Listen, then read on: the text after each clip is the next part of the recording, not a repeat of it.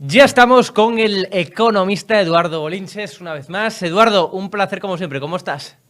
Hola, muy buenas noches. Bien, de momento, pues disfrutando esos datos Sí. de empleo, la buena Por noticia del eso, día, ¿no? Por lo menos. por eso te iba a preguntar, vemos al gobierno, vemos también a sus terminales mediáticas, bueno, pues echando cohetes, echando fuegos artificiales por esos datos de, bueno, pues a bajada del desempleo. En 42.000, 43.000 personas ha bajado ese desempleo, pero mucho me temo, Eduardo, que hay letra pequeña como en todo, ¿eh? Bueno, vamos a ver, siempre hay que leer y rebuscar entre líneas, ¿no? Hay que bucear en los datos. La primera impresión es muy positiva. Muy positiva, ¿por qué? Porque dejamos atrás los 3 millones de desempleados, ¿no? O sea, de demanda de empleo.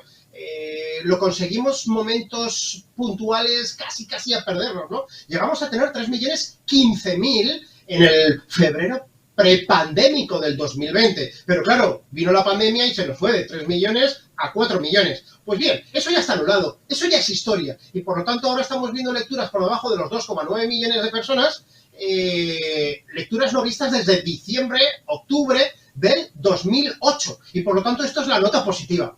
¿Qué estamos viendo dentro? Bueno, cuando rebuscas, pues te das cuenta que el crecimiento, o la mejora, mejor dicho, la mejora de los datos de empleo pues no está yendo a la misma fortaleza que el mes anterior, por ejemplo. Estamos hablando de casi 120.000 empleos menos creados en formato interanual, si comparamos de junio 2021, que fueron 850.000 más o menos, a junio del 2022, comparado con los de mayo, insisto, en formato interanual, ¿de acuerdo?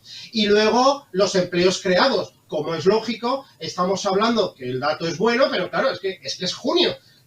Un sector terciario de servicios, un sector que vive o una España que vive del turismo, ¿cómo no va a generar demanda de empleo Claro. en el mes de junio? Entonces, bueno, Tenemos, pues ahí es donde hay que leer si crece más o crece menos. Entonces, claro, está bien si nos comparamos con el año pasado, pero yo me he ido a compararlo con junio del 2019, es decir, el último junio, vamos a llamarlo antes normal, de la ¿no? crisis pandémica, claro. Efectivamente. Entonces, claro, en aquel entonces, en el mes de junio, se crearon 64.000 puestos de trabajo.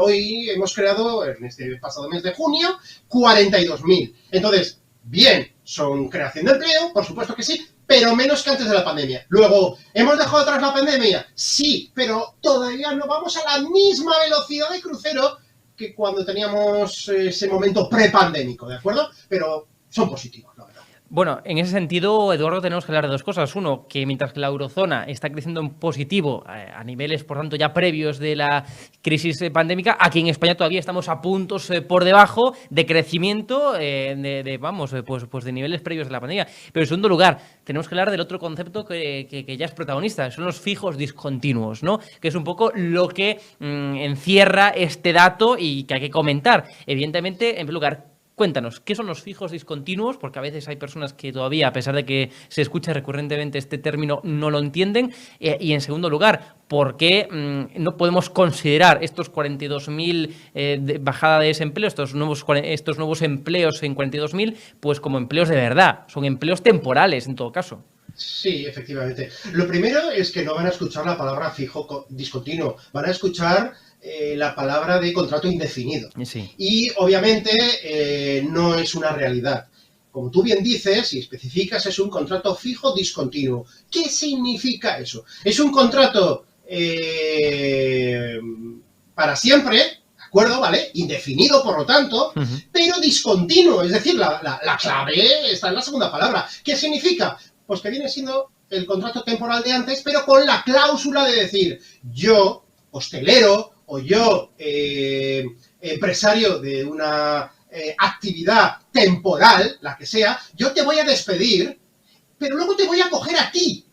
Claro que me interesa, es decir, un restaurante no le interesa ir formando camareros todos los veranos, buscará al mismo camarero. Entonces, ¿qué ocurre? Pues que sigo teniendo a ese camarero, siguiendo el ejemplo, contratado cuando yo quiero ejercer mi actividad, o bien porque cierro en invierno, o bien porque lo quiero despedir en invierno, porque no necesito tal cantidad de camareros en agosto que en marzo, como es lógico, ¿vale?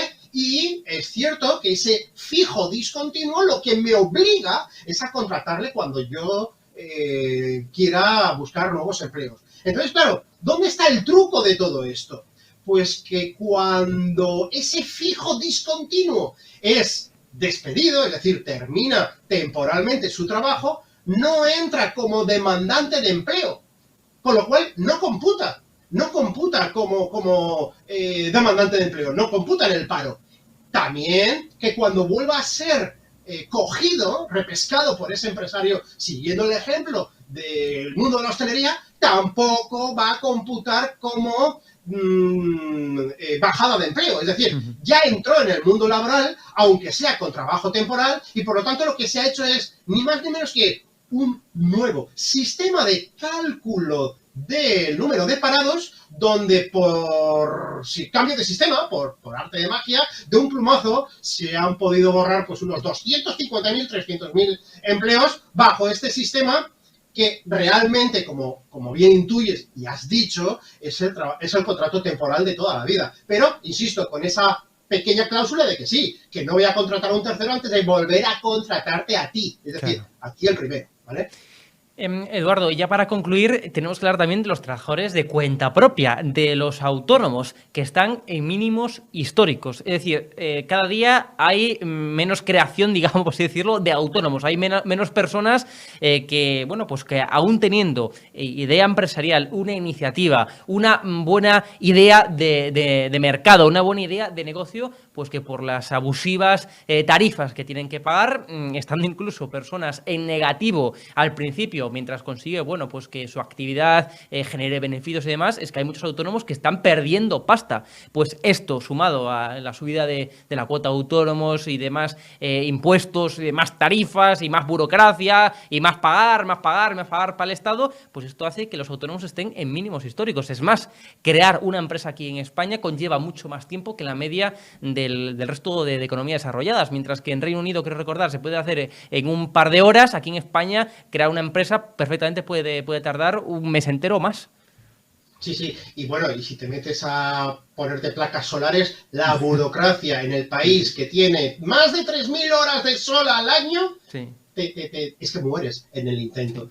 Vamos a ver, esto es España. Esto es España, donde el padre quiere que el hijo estudie, se saque una posición, se convierta en funcionario y viva cómodamente bien, ¿no? Esa es la finalidad, ¿no?, de la persona o del perfil del trabajador español. Entonces, claro, pocas iniciativas y más con las máximas burocracias que se imponen a todo lo que se te ocurra. Hemos puesto ya ahora, sin querer, varios temas, ¿no?, encima de la mesa.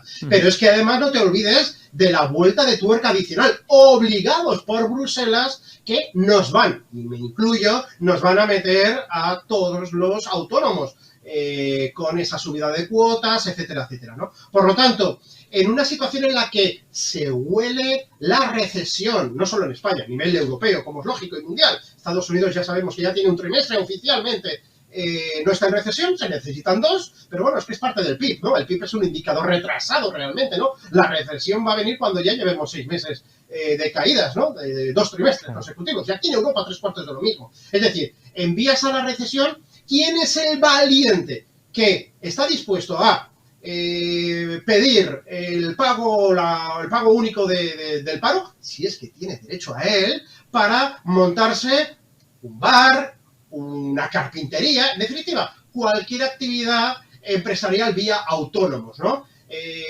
No nos lo pone nada, absolutamente nada fácil. Por lo tanto, a mí no me extraña en absoluto, no que estén mínimos, sino que haya algún punto de inflexión y esto sea meramente un hecho puntual. No, la lógica indica y el sentido común indica que esto va a ir a menos, porque aquí al final lo que se busca es vivir del papá Estado, acomodarte a los ingresos que buenamente puedas conseguir. Oye, y si trapicheas alguna chapucilla por aquí como pintor de brocha gorda, o como obrero, o lo que sea, más tu ayuda del Estado por bajos ingresos, más tu beca del comedor al hijo, más lo que sea por aquí y por allá, ya tienes, acomodas a tus pequeños ingresos, eso sí, por supuesto, pero esa es la finalidad. Ni más ni menos del español promedio, ¿no? Y por lo tanto, pues no me extraña en absoluto que siga habiendo cada vez